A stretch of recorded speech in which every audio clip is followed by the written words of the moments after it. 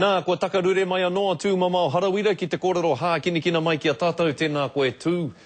Kia ora, Scotty. Jamie Joseph, tuatahi, pehe o whakaaro? Tino pai tēnā, ko tāku e pōhehe ana, ara tētahi koroua, tētahi meki, tō te rā, kai te whakaara ki tēnei kaupapa, engari he miharo ki awa, Jamie Joseph. Koki mea anō tāua ki te whutupōro, engari tau whāinga tuatahi o te whakataetai NRL a te pōnei, ko ai ngā kapa tino toa o tēnei taunei, ki tāu titiro. Me kei, kua tino huri te kei o te waka i tēnei tau, tāku e ki pēnei ana ki au nei, tētahi o ngā kapa tino toa ko ngā rāpiti, ara ko tētahi o ngā Sam Burgess mai i Ngārangi, ara ko te kapa Titans anō tētahi, me te kapa Tigers, engari, a kene pēr, kāri ko atu... Ia Manly? Ko Manly, ko Melbourne me ki, kai runga noa tonu atu a rātau i tēnei tau, tāku e ki ana kai a rātau te taitara i tēnei tō. Whakai ana hau ki tau, Melbourne, koera te kapa hei tūraki mai e rātu, tamatoa ki ngā Titans mā te kau mārua pēr.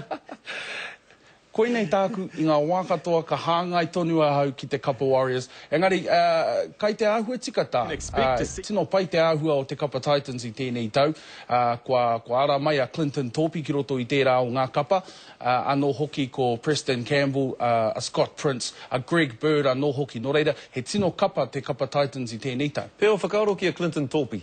Kai te pai, tāku e ki ana, e ki pēnei ana, he pai mā ngā me ki rangatahi o taua kapa, kai a rātau mō aua momo kai tākaro a rā te hunga rangatahi mō te kapa Titans, he kitenga pai tēnei.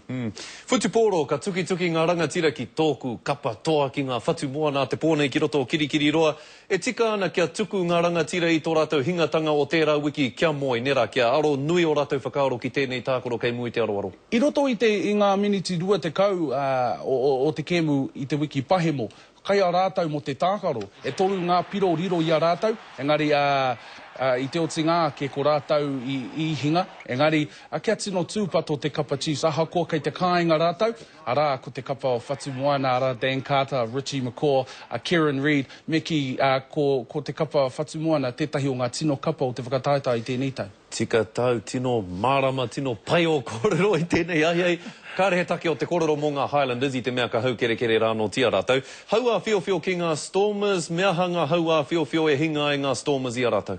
Me ki, kāri i ko atu i te kāhui me ki ngā pau mua. Kai reira tonu me ki te tino ia o te kapa Stormers, ahakoa kai reira Brian Habana, kai ngā pau muri, engari ko te kapa Stormers, kai a rātau me ki ngā tino pau mua o te whakataetai, tāku e matapai tia ana, he tino kēmu kai te haere, he pakanga nui kai te haere, engari whakapono tonu a hau, ki ngā Māori a ngā hau a whiowhio. Kia ora e hoa. Kei hea mai he kōrero tuatu i tēnā hei whakakapi ake i tā tāua kōrero hākinikina mo tēnei wiki. Kia ora rā koe. Pai tonu.